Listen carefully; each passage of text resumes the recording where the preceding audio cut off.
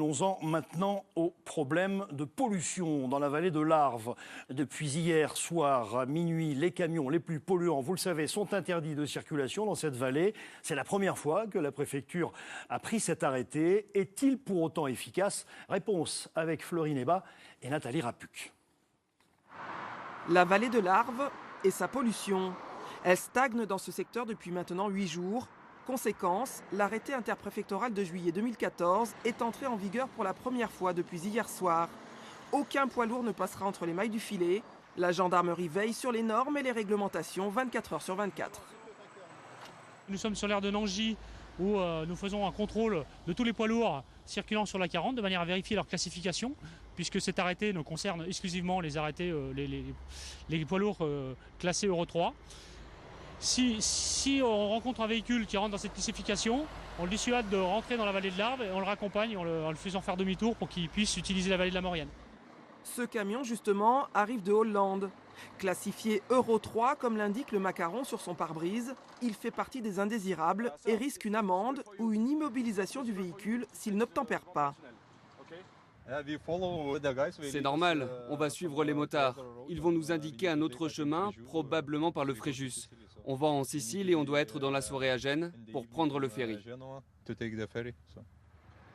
Vous pensez y être à temps? On espère. Celui-là fera donc demi-tour sans histoire, mais ils seront très peu dans ce cas. L'information interdisant le tunnel et la vallée de l'Arve ayant été bien relayée par voie de presse et par les panneaux autoroutiers à messages variables, la situation ne devrait pas s'améliorer dans l'immédiat. Nous venons d'avoir effectivement les mesures de pollution qui nous permettent de reconduire l'arrêté. Les conditions sont réunies, la pollution reste élevée dans la vallée, donc la mesure sera active encore pendant 24 heures supplémentaires jusqu'à demain soir. Dans le cadre du plan de protection de l'atmosphère, la limitation de vitesse a été réduite de 20 km/h sur la 40. Tous les véhicules sont concernés et ce jusqu'au 31 mars. Là, ici, les restrictions de circulation pour les camions les plus polluants sont une avancée pour les associations de Haute-Savoie. Nous le verrons dans quelques instants avec une invitée. Le problème, lui, risque de se déplacer vers la Savoie. Pour gagner l'Italie, les camions n'auront d'autre choix que le tunnel du Fréjus. Une décision qui provoque la colère des élus savoyards et fait réagir aussi les entreprises de transport. Marie Michelier, Yves-Marie Glo. Déroutés depuis minuit vers le tunnel du Fréjus en Maurienne, les camions les plus polluants, interdits de tunnel du Mont-Blanc, n'auront pas d'autre solution pendant cet épisode de pollution pour rejoindre l'Italie. Une décision bien mal accueillie côté savoyard, les élus dénoncent en effet une inégalité entre vallées voisines. Il y a une distorsion dans le traitement des interdictions des poids lourds les plus polluants entre ces deux tunnels. Donc ce que nous demandons, c'est que lorsqu'il y a, pour des raisons sanitaires, des raisons de santé des populations, des décisions qui sont prises par arrêté préfectoral, que le même arrêté soit appliqué Mont-Blanc et Fréjus. C'est une logique pour moi évidente. Apparemment, cette logique n'est pas évidente pour tous.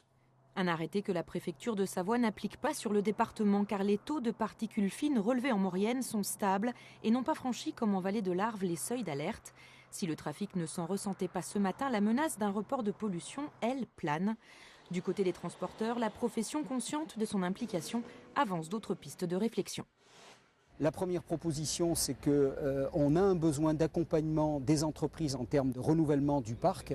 Ce n'est pas forcément un problème uniquement de subventionnement de l'activité routière, c'est d'essayer de trouver des systèmes en termes de financement et de recyclage des anciens véhicules.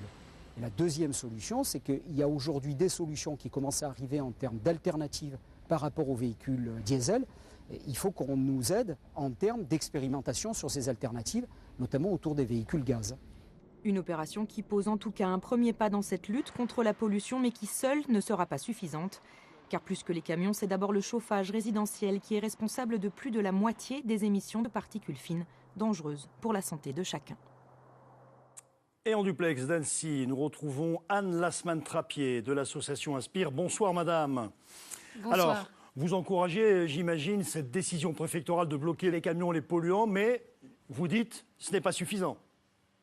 Bien sûr, c'est une première étape, mais le chemin va être très long, puisque pour nous, l'objectif, c'est le report modal, c'est-à-dire le transport d'une partie des marchandises par le rail et pas par la route.